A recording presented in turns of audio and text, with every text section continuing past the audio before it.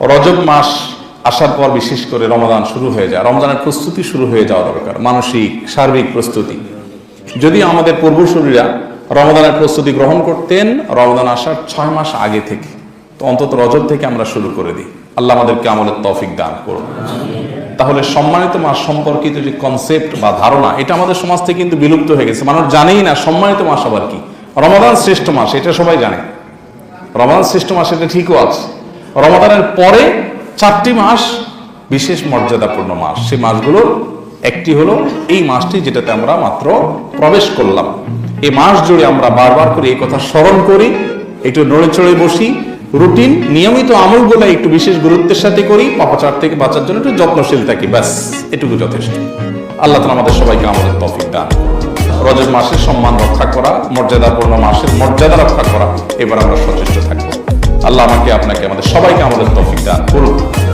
রজব মাস আসলে অবশ্য একটা বিষয় আমাদের মাথায় বা স্মৃতিপটে ভেসে আর উঠে, সেটা হলো আমরা বেশিরভাগ লোকই রজব মাস আসলে এই মাসকে জানি হলো মেরাজের মাস হিসেবে, তাই না? নবী করিম সাল্লাল্লাহু আলাইহি সাল্লামের জীবনে অলৌকিক একটি ঘটনা ঘটেছে যে রাত্রি বেলায় আল্লাহ সুবহানাহু ওয়া তাআলা তাকে মক্কা থেকে বাইতুল মাকদিস থেকে ঊর্ধ্বাকাশে গিয়ে জান্নাত, ঊর্ধ্বাকাশে বিভিন্ন নবীদের সাথে সাক্ষাৎ, আল্লাহর সাথে সাক্ষাৎ করে আবার ফিরিয়ে দিয়েছে।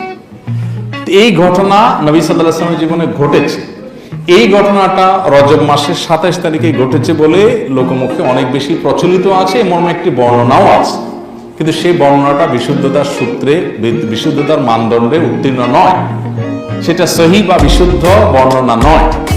তবে এটা ঠিক যে প্রসিদ্ধ মত হলো এই মাসেই নবী সাল্লাল্লাহু আলাইহি ওয়াসাল্লাম মেরাজ হয়েছে। যদিও এর বিপরীতে আরো শক্তিশালী মত আছে, যেমন রবিউল আউয়াল মাসে, রমাদান মাসে মেরাজ হয়েছে। এই ঘটনাও, এই বর্ণনাও অনেক ঐতিহাসিকগণ, অনেক মুহাদ্দিসগণ বর্ণনা করেছেন।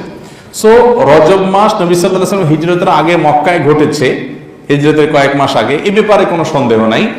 কিন্তু কোন মাসে হয়েছে, আর মধ্যে আবার কোন তারিখে হয়েছে, এটা বিশুদ্ধভাবে কোনো হাদিসে সুস্পষ্টভাবে বর্ণিত হয় না। তারপরেও যেহেতু একটা ঐতিহাসিক ঘটনার দিন, কেউ যদি রজব মাসের 27 তারিখে হয়েছে এই মর্মে যেহেতু অনেকের মত আছে, এটা কেউ মনে করলে তেমন কোনো সমস্যা নেই, এটাতে কোনো বড় গুনাহ হয়ে যাবে না। কিন্তু বিশুদ্ধ মত হলো যে এর তারিখটা বিশুদ্ধ কোনো মত দ্বারা সুসাব্যস্ত হয়নি, বিধায় 27 তারিখকে মেরাজের রাত হিসাবে চূড়ান্ত করা এটা সঠিক নয়। যদিও এটাকে আমাদের দেশে সরকারিভাবে মেরাজের রাত হিসাবে বছরের চাঁদ উঠলেই ঘোষণা করা হয়। দেখুন, রজব মাসের চাঁদ দেখা গেলে পত্রপত্রিকাগুলোতে নিউজ হয়, রিপোর্ট হয় যে পবিত্র রজব মাসের চাঁদ দেখা গেছে, সুতরাং অমুক তারিখে শবে মেরাজ। যেটা বিশুদ্ধ এবং অকাট্যভাবে প্রমাণিত নয়, সেটা খুব ভালো করে নিউজ হয়।